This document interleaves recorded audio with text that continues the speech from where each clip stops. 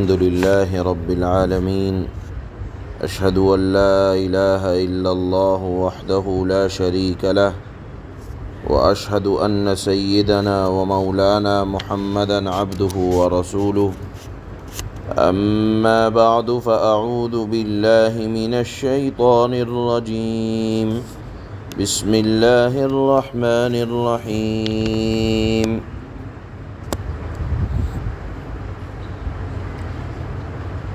محمد رسول الله والذين معه أشداء على الكفار رحماء بينهم، تراهم ركعا سجدا يبتغون فضلا من الله ورضوانا، سيماهم في وجوههم من أثر السجود، ذلك مثلهم في التوراة ومثلهم في الإنجيل، كزرع أخرج شطأه فآزره فاستغلظ فاستوى على سوقه يعجب الزراع ليغيظ بهم الكفار. وعد الله الذين آمنوا وعملوا الصالحات منهم مغفرة وأجرا عظيما. صدق الله مولانا العلي العظيم.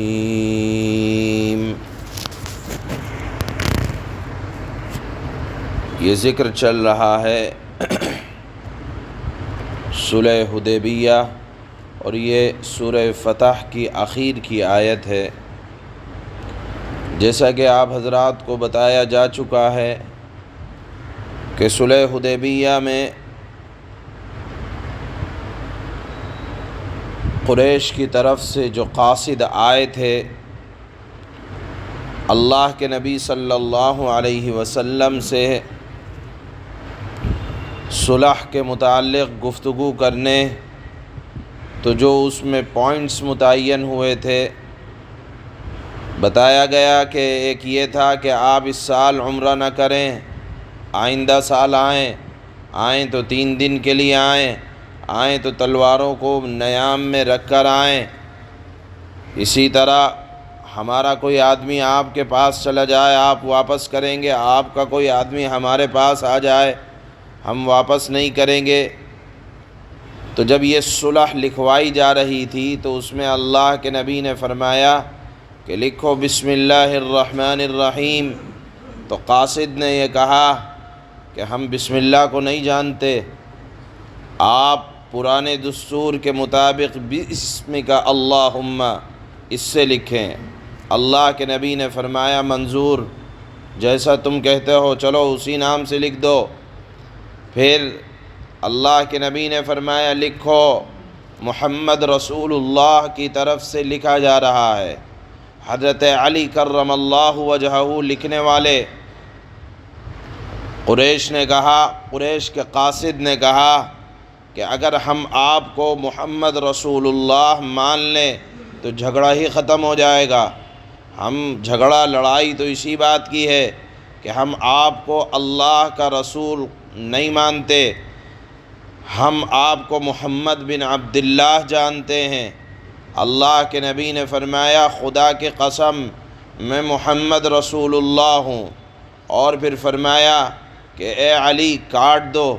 حضرت علی کرم اللہ وجہہ نے فرمایا اے اللہ کے نبی، علی کے اندر یہ طاقت نہیں کہ محمد رسول اللہ صلی اللہ علیہ وسلم کے نام نامی اسم گرامی کو اپنے ہاتھ سے کاٹ دوں، یہ میری مجال نہیں۔ اللہ کے نبی نے فرمایا کہ بتاؤ علی، محمد رسول اللہ تم نے کہاں لکھا؟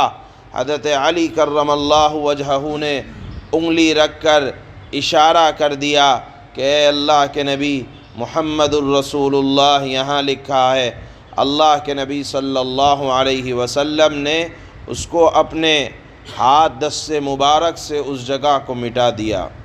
اب اللہ کے نبی نے مٹایا، اللہ نے فرمایا کہ محمد صلی اللہ علیہ وسلم آپ کا نام مٹنے کے لیے نہیں آیا ہے، آپ کا نام ختم ہونے کے لیے نہیں آیا ہے۔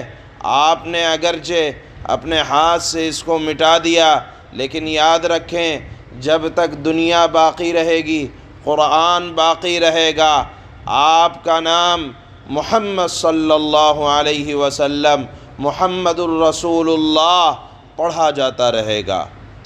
اللہ نے محمد نام قرآن میں 4 جگہ ذکر فرمایا ہے۔ ایک تو آیا ہے سورہ آل عمران میں، وما محمد الا رسول۔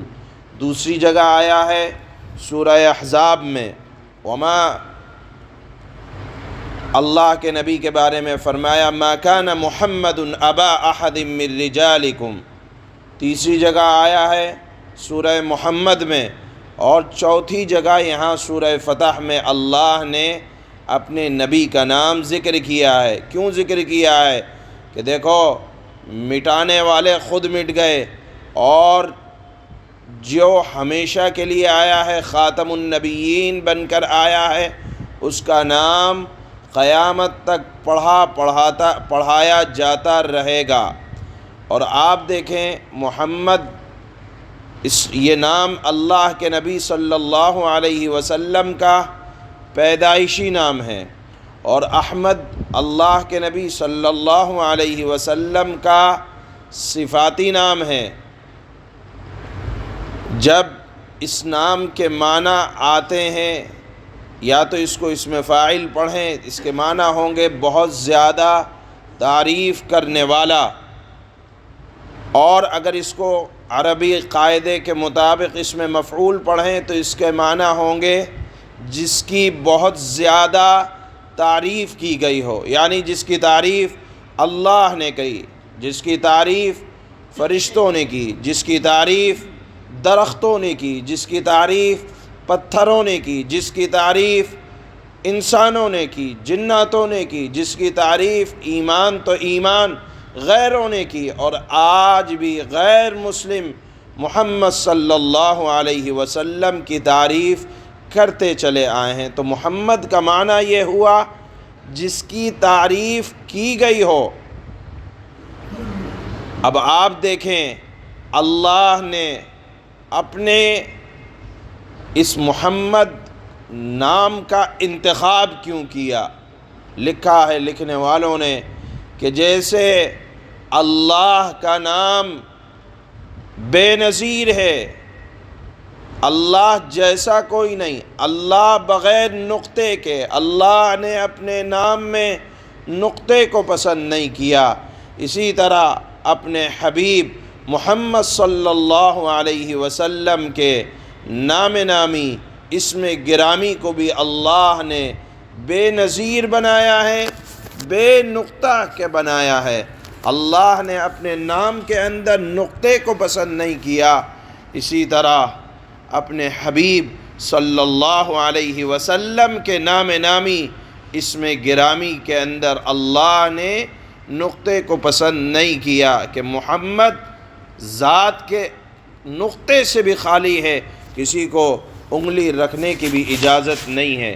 اسی طرح آپ دیکھیں نام میں غور کریں، اللہ کے نبی صلی اللہ علیہ وسلم کو اللہ نے محمد کیوں کہا؟ دیکھیے تعریف اس وقت ہوتی ہے جب کمالات کی انتہا ہو جاتی ہے۔ آپ نے پڑھا ہوگا کہ جب جنتی جنت میں چلے جائیں گے اور ان کا آخری کلام یہ ہوگا وآخر دعوانا ان الحمد للہ رب العالمین۔ قرآن کریم کی آیت میں آیا ہے کہ تعریف نعمت کے ملنے کے بعد کی جاتی ہے۔ آپ نے پڑھا ہوگا جتنی دعائیں الحمدللہ سے شروع ہوتی ہیں ان کا مقصد یہ ہوتا ہے کہ اے اللہ خوبیوں کی مالک، تعریف کی ذات آپ کے لائق ہے۔ تو تعریف اس وقت کی جاتی ہے جب تمام تر نعمتیں انسان کو مل جائیں یا بڑی نعمت مل جائے اور نعمت کی انتہا ہو جائے۔ تو آپ دیکھیں حضرت آدم علیہ السلام نبیوں کا آنا یہ اللہ کی نعمت ہے، اور جب اللہ نے اپنی اس نعمت یعنی محمد صلی اللہ علیہ وسلم کو بھیجا تو گویا کہ اب کہہ دیا اب اس کے بعد کوئی نبی نہیں آئے گا، اب یہی آخری نبی ہیں، نبیوں کے سلسلے کو میں نے یہاں ختم کر دیا ہے، محمد صلی اللہ علیہ وسلم یہ آخری نبی ہیں جو تعریف کے لائق ہیں۔ گویا کہ اس نام، اس لفظ کے اندر بھی اللہ کے نبی صلی اللہ علیہ وسلم کے خاتم النبیین اور آخری نبی ہونے کی طرف اشارہ ہے، اور اللہ نے فرمایا کہ محمد صلی اللہ علیہ وسلم یہ آپ کے نام پر اعتراض کر رہے ہیں، آپ کے اللہ کے رسول ہونے پر اعتراض کر رہے ہیں۔ وَكَفَى بِاللَّهِ شَهِيدًا، اللہ آپ کے رسول ہونے کی گواہی دے رہا ہے۔ اس انداز سے جو یہ جملہ اس وقت آج کی آیت میں تلاوت کیا جا رہا ہے، اس کے بعد اللہ نے اپنے محمد صلی اللہ علیہ وسلم کے صحابہ کی تعریف فرمائی ہے۔